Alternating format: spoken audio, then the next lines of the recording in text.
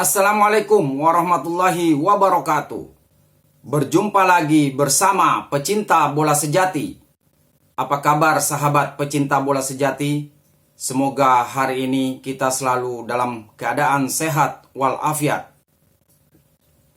Hari ini saya akan membagikan video debat panas Bung Toel versus Opan Lamara.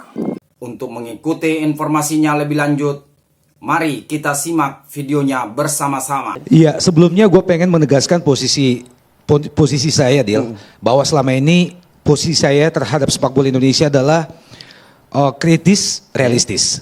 Artinya, kalau itu memang bagus, ya harus kita akui, bagus. Tapi kalau kita jelek, ya kenapa tidak? Kita harus akui jelek. Nah, tapi itu dengan catatan-catatan gitu. Iya, kan, ya? Pasti. Nah, kalau kita melihat pada performa tim kita di Cina kemarin, Under 20 ini, ya harus kita akui bahwa kita tampil sangat jelek. Kita kembali ke setelan awal. Nah, bisa jadi saya sempat ngobrol dengan beberapa teman-teman di sisi teknis sepak bola Indonesia, bahwa alasan utama antara lain adalah gagal bergabungnya dua pemain teranyar naturalisasi, yakni Gepens dan juga Bex ya.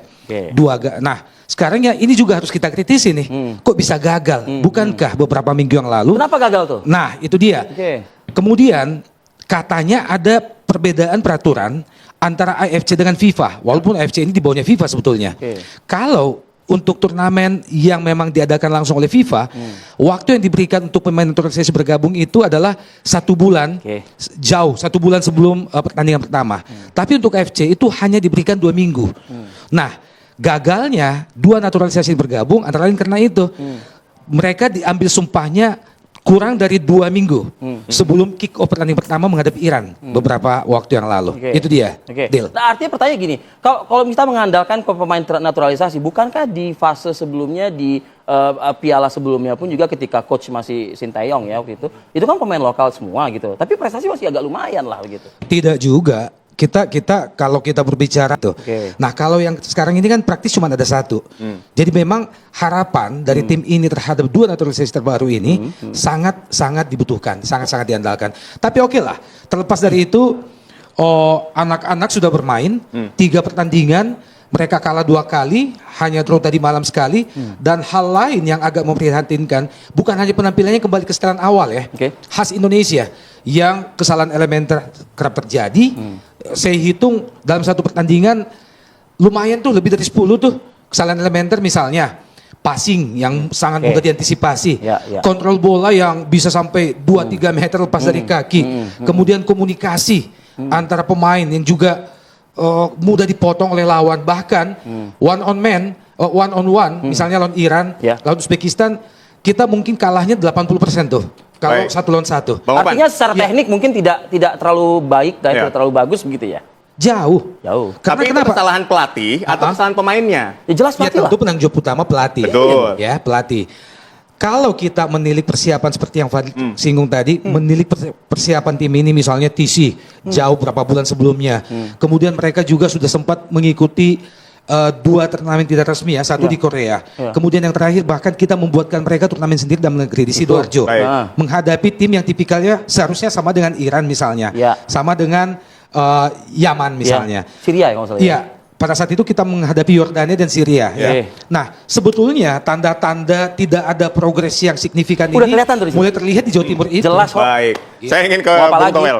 Bung Toel, ini kan banyak netizen yang bertanya-tanya ketika STY gagal, langsung Bung Toel bersuara lantang dan keras. Nah, ketika Coach Indra Syafri ini gagal nih melawan Iran 0-3 kalah, kemudian Uzbekistan 1-3, ya kan? Padahal kemudian sebelumnya kita Yaman 0-0. Nah, imbang loh. Betul. Terus? Nah, setuju nggak sih dengan hashtag Indra Syafri out? Setuju atau tidak? Hashtag Indra Syafri out ini objektif penilaian evaluasi sepak bola atau emosional? Atau sentimen di sana, di dalamnya? Saya mau tanya, adakah di negeri mana, karena saya belum dapat sepanjang saya mengikuti bola, pelatih timnas kelompok umur U20 sangat heboh ketika gagal. Kan begitu. Kalau bicara target, juara AFF sudah, lolos Piala Asia sudah, yang nggak dapat kan lolos Piala Dunianya. Artinya semifinal. 2 dari 3 target PSSI terpenuhi. Yes, nggak gampang. Ini level Asia.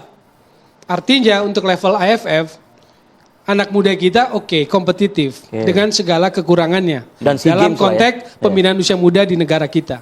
Tapi kita udah bisa hebat di Asia. Cuman ketika masuk Asia, tadi ASEAN. Kita kalau nilai sepak bola harus it takes two to tango. It takes two to tango itu misalnya contoh lawan Uzbekistan. Bisa nggak nilai Uzbekistan mainnya?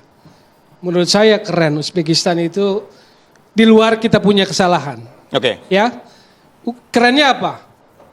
Saya ngamati cara mainnya, identitasnya udah kelihatan, karakter mainnya udah kelihatan.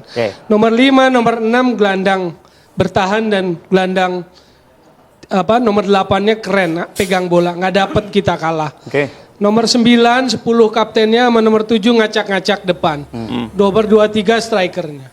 Identitasnya udah kelihatan, bos. Tapi eksekusi kan lemah kan ya? Siapa? Ya timnas kita kemarin di lawan Uzbekistan, artinya lawan Yaman. Kalau kita ditambah lagi lihat statistik, kita kalah kelas. Jadi dalam aspek sepak bola kita kalah. Lalu apakah kita nggak bisa menilai secara objektif? Lalu Indra Syafri out. Sekarang saya tanya, pelatih mana yang bisa dengan materi seperti itu lawan Uzbekistan seperti itu? Kan Uzbekistan atau negara Asia lainnya kan nggak tidur juga. Jadi jangan nilai sepak bola itu, makanya tadi saya bilang it takes two to tango. Jadi kalau ada 2 tim main, analisa juga lawannya. Jadi ada kualitas materi yang jadi bahan pertimbangan ya. Tapi ada satu catatan. Contoh waktu lawan Uzbekistan, nomor 9 gol keberapa tuh? Kedua apa ketiga ya? Ketiga. Yang bola corner. Nomor 9. Yang nutup Iqbal Jiwangge. Dia tutup begitu. Karena tahu, berarti sudah dianalisis. Nomor 9 bahaya. Tapi pergerakan set pieces bola matinya bagus. Kenapa? Iqbal Jiwangge kelewat. Nomor 9 bisa melepaskan diri, dia lompat heading masuk. Jadi persoalannya bukan seperti netizen yang di media sosial. Ada yang nggak lompat, yes. Tapi ada set pieces yang dilakukan bagus. Tapi apa bagusnya juga Indra Syafri kalau... Bung Toel, tadi kan Anda mengatakan tidak ada di dunia ini pelatih di out karena melatih kelompok umur dan kalah. Ya, karena begini, filosofi FIFA bikin Piala Dunia 2017 itu development, pengembangan, pembinaan. Kan gitu. Karena kalau itu jadi bintang di jersinya, Argentina paling tinggi, 6 kali juara di 20. Tambah seniornya kan udah makin banyak. Sorry, bukan Brasil kita. Kalau 20 dihitung.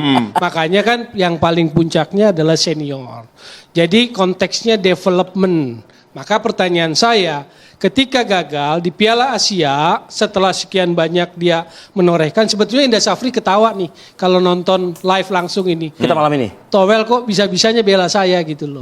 Nggak apa-apa coach, tumben kali ini karena saya di 2 sisi diposisikan harus bela. Tapi yang saya bela bukan Indra Syafri aja. Sepak bola, pemahaman bola harus benar. Jadi ini hashtag ini emosional apa objektif bola gitu kan. Karena harus benar konteksnya. Adakah di pelatih kelompok usia development sebegini reaksinya? Ataukah ini residu-residu sentimental? Dari? Netizen, publik, buzzer, influencer. Ya. Apa lagi? Ya enggak, artinya ini enggak jangan dikaitkan ke sana termasuk langsung kan. lah. Tapi kan secara Towel teknis secara ngilang teknis aja kan. Katanya ngilang kan begitu STY kemarin langsung suaranya kenceng. Nih Towel bakal malam ini banyak yang nggak sanggup hubungin saya kan. Gita aja nggak punya nomor saya gitu. Opannya nggak punya nomor saya. Ya, Bung Toel, dijawab dulu. Oke. Dijawab dulu. Apa itu tuh? tadi soal STY yang out. Anda kan dia kalah, Anda bersuara STY out ketika tidak bisa membawa timnas senior ini. Nah, ketika Indra Syafri ini kalah di U20 ini, ya Anda nggak ada Kapan saya bilang STY out? Di timnas senior. Baik. Maret 2023. 1 bulan episode Ketua Umum PSSI Erick Thohir, Piala Asia gagal di grup, kan nggak ada juga yang mengkritik dia untuk out. PSSI pun kalau saya amati di Maret 2023, 1 bulan kepemimpinan Erick Thohir sebagai Ketua Umum PSSI tidak terlalu euforia. Karena apa? Karena pemainnya bagian dari periode sebelumnya. Jadi itu kesantunan sepak bola. Bang Opan, Ya. yang jelas pokoknya PSSI kan dia akan mengevaluasi ya sebetulnya, ya. Karena memang dianggap ini sudah ada kegagalan begitu Ya. loh. Sebetulnya kan kalau bicara soal kesempatan yang sudah diberikan kepada Indra Safri ini udah luar biasa. Ya, saya malah curiga, saya malah mengkhawatirkan jangan-jangan Coach Indra Safri itu mulai jenuh. Mulai jenuh berada di kelompok umur, ya. Kenapa? Seperti kata Toel tadi dan sebagaimana yang kita tahu bahwa sederet prestasi, walaupun itu masih di level ASEAN ya, itu sudah diraih oleh Iya, Coach di Indra level ASEAN, Safri. betul, oke. Nah, kemudian setelah prestasi itu, demi prestasi itu, kok posisi itu masih tetap di kelompok umur. Iya. Bisa jadi Coach Indra Safri kemarin sebelum Patrick Kluivert ditunjuk itu sempat berpikir, wah gue harusnya naik level nih. Nah bisa jadi titik jenuh itu ada. Oke lah, begini Well.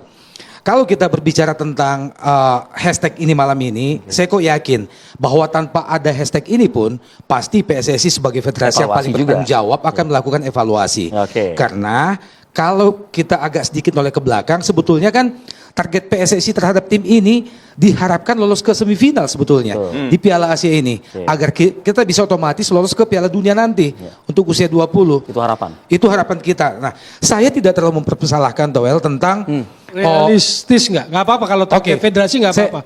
Lolos Piala Dunia realistis nggak dengan argumentasi sepak bola? Iya, kalau misalnya kita satu grup, seandainya target itu dicanangkan, setelah kita mengetahui bahwa kita satu grup dengan Uzbekistan, kita satu grup dengan Iran, ya kayaknya sih agak kurang realistis juga, iya kan? Oke, kembali ke situ. Nah, begini sih. Kalau kita melihat penampilan anak-anak kemarin, sebetulnya begitu kita tahu bahwa mereka satu grup dengan Iran dengan Uzbekistan, tanpa tambahan pemain naturalisasi, sepertinya agak jauh panggang dari api jika kita menghasilkan hasil akhir yang indah. Misalnya lolos ke semifinal itu. Tapi yang kita tunggu-tunggu kemarin adalah penampilan kita setidaknya bisa memberikan kejutan. Tidak harus menang misalnya, tapi melawan. Sama seperti pada laga-laga misalnya di Qatar beberapa waktu yang lalu, baik itu ya di bawah Sinteyong misalnya. Pada saat itu kan kita tidak terlalu mimpi bisa lolos ke fase selanjutnya di babak 16 besar di kelompok senior. Ya. Begitu juga di kelompok usia 23. Kita tidak pernah mimpi bisa lolos sampai ke semifinal. Tapi pada saat itu penampilan anak-anak itu melawan. Kalau kita hanya menilik pada statistik misalnya Well, semua pertandingan kita lakoni pada saat itu, statistik mengalahkan kita. Ball position, peluang, Ya. penguasaan bola misalnya, iya kan, corner kick dan sebagainya. Kita kalah, tapi anak-anak bermain dengan determinasi yang sangat tinggi. Mereka melawan gitu loh. Puputan yang mereka tampilkan semangatnya. Nah, yang itu tidak kita saksikan sama sekali Kemarin di ini. Cina kemarin. Oke. Nah, ini yang kita sayangkan. Artinya secara defense dan offense pun juga nggak sama sekali nggak ada ininya. Defense kita kacau, terutama saat kita menghadapi Iran ya. Kalau enggak ya kita nggak kebobolan 3 kan. Iya Bang? dong. Yang kedua, lini depan kita juga sangat mandul. Kita cuma bisa dapat 1 gol.